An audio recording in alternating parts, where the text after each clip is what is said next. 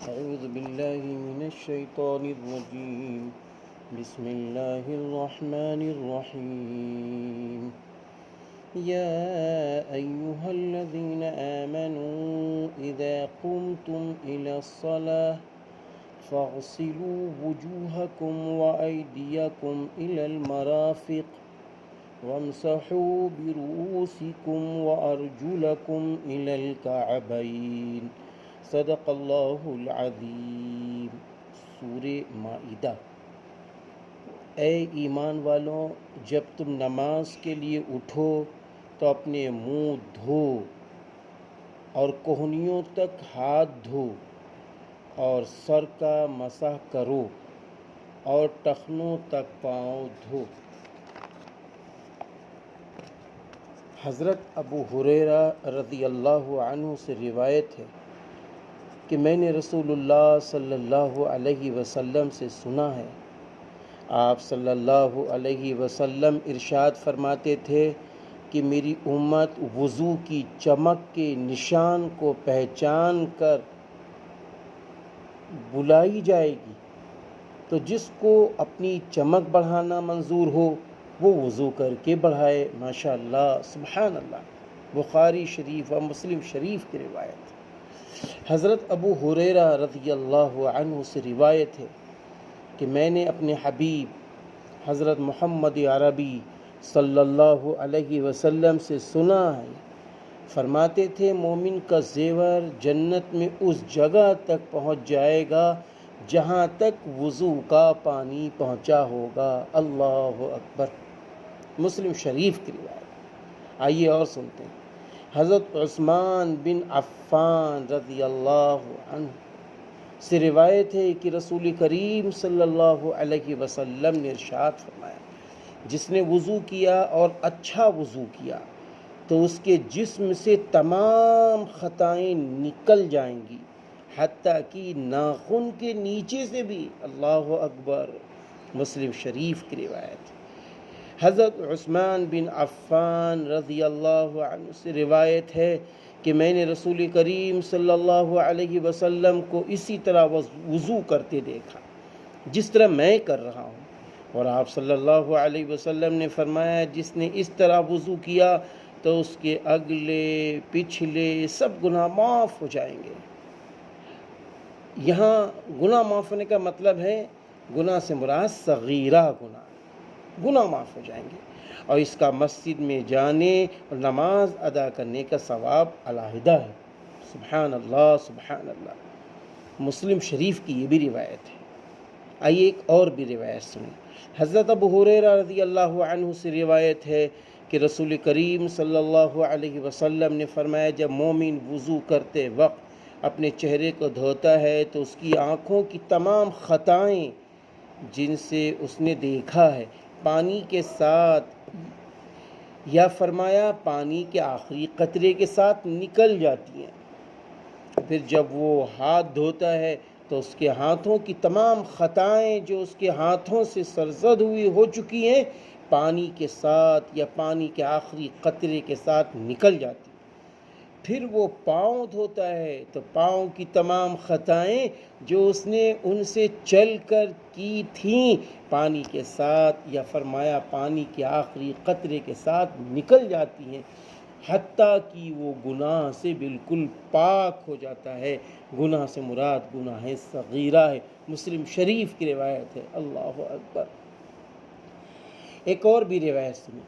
حضرت ابو ہریرہ رضی اللہ عنہ سے روایت ہے کہ رسول کریم صلی اللہ علیہ وسلم قبرستان میں تشریف لائے، فرمایا السلام علیکم دار قوم مؤمنین وَإِنَّا إِن شَاءَ اللَّهُ بِكُمْ لَاحِقُونَ وَدِدتُّ أَنَا قَدْ رَأَيْنَا إِخْوَانَنَا۔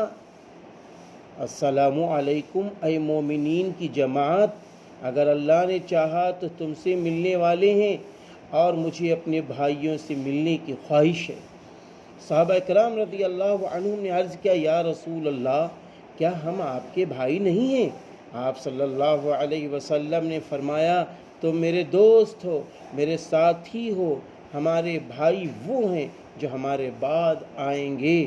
صحابہ کرام رضی اللہ عنہم اجمعین نے عرض کیا کیا آپ اپنے بعد آنے والی امت کو کیسے پہچان لیں گے؟ آپ صلی اللہ علیہ وسلم نے فرمایا اچھا برتاؤ، اور اگر ایک آدمی کے پاس کئی گھوڑے ہیں، آپ صلی اللہ علیہ وسلم نے فرمایا اچھا بتاؤ اگر ایک آدمی کے پاس کئی گھوڑے ہیں، اس میں ابلق ہے تو وہ اس کو پہچان لے گا؟ عرض کیا ہاں۔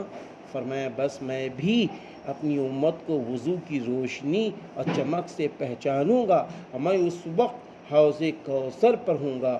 مسلم شریف کے روایت ہے۔ اللہ اکبر! تھوڑی سی زحمت اٹھا کر ہم اگر ہر نماز سے پہلے تو وضو کرتے ہی ہے، باوضو رہے، اللہ اکبر! کتنا بڑا نفع ہے، کتنا بڑا نفع! میرے نبی قیامت کے دن مجھے پہچان لیں گے، آپ کو پہچان لیں گے، ماں و بہنوں کو پہچان لیں گے، ان بچوں کو پہچان لیں گے جو باوضو رہتے ہیں۔ اس لیے ہمیں باوضو رہنا چاہیے۔ اور ایک بات اور بھی ہے، تکلیف میں بھی تو پورا وضو کرنا چاہیے۔ ایک روایت ملتی ہے، حضرت ابو ہریرہ رضی اللہ عنہ سے روایت ہے کہ رسول اللہ صلی اللہ علیہ وسلم نے فرمایا کیا میں تم کو ایسی بات نہ بتاؤں جس کی وجہ سے اللہ تعالیٰ خطاؤں کو مٹائے گا اور درجے بلند کرے گا؟ صحابہ رضی اللہ عنہم اجمعین نے عرض کیا ضرور بتائیے یا رسول اللہ۔ فرمایا تکلیف میں پورا وضو کرنا، اور مسجد کی طرف قدموں کی زیادتی، اور نماز کے بعد دوسری نماز کا انتظار، یہ رہا رباط ہے اور یہ رباط ہے۔ یعنی کیا ہے، کیا چیز ہے؟ تکلیف سے مراد سردی وغیرہ، اس میں اچھی طرح وضو کرنا۔ پورا وضو کرنے کا مطلب یہ ہے کہ پانی ہر عضو پر اچھی طرح پہنچ جائے، اور 3 بار دھونا سنت کے مطابق۔ اور بعد دین کی سرحد پر دین کے دشمنوں کے مقابلے کے لیے بیٹھے رہنا تاکہ آگے نہ آنے پائیں، اس کا بڑا ثواب ہے۔ تو نماز کے لیے بیٹھے رہنا شیطان سے مقابلہ ہے، اس کو غالب نہ ہونے دینا۔ ہاں، اسی طرح پاکی آدھا ایمان ہے۔ اب دیکھیے حضرت ابو مالک اشعری رضی اللہ عنہ سے روایت ہے کہ رسول اللہ صلی اللہ علیہ وسلم نے فرمایا پاکی آدھا دین ہے۔ وضو کے بعد کیا کہے؟ ایک سوال ہے۔ حضرت عمر بن خطاب رضی اللہ عنہ سے روایت ہے کہ رسول اللہ صلی اللہ علیہ وسلم نے فرمایا جو وضو اہتمام سے کرے، یا فرمایا کہ پورا وضو کرے، پھر یہ کلمات کہے، کیا؟ اشہد اللہ الہ الا اللہ وحدہ لا شریک لہ واشہد ان محمدا عبدہ ورسولہ۔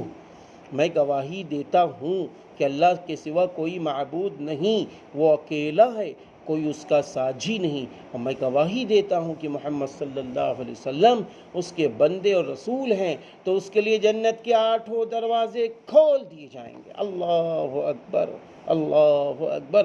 اور اس کو اختیار ہے کہ جس دروازے سے چاہے جنت میں داخل ہو جائے۔ سبحان اللہ! پیارے مسلمانوں، ماں بہنوں، غور کرو، یہ حدیث اپنے سامنے رکھو ہر لمحہ۔ مسلم شریف کی روایت ہے۔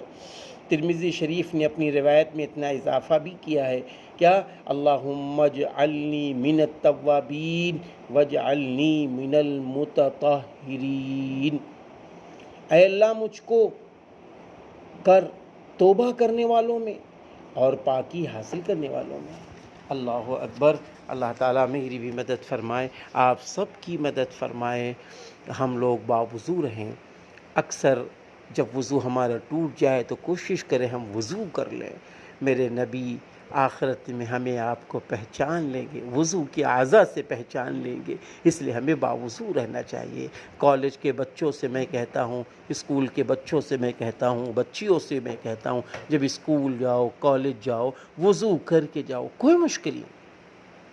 شیاطینی وسوسوں سے آپ بچ جائیں گے۔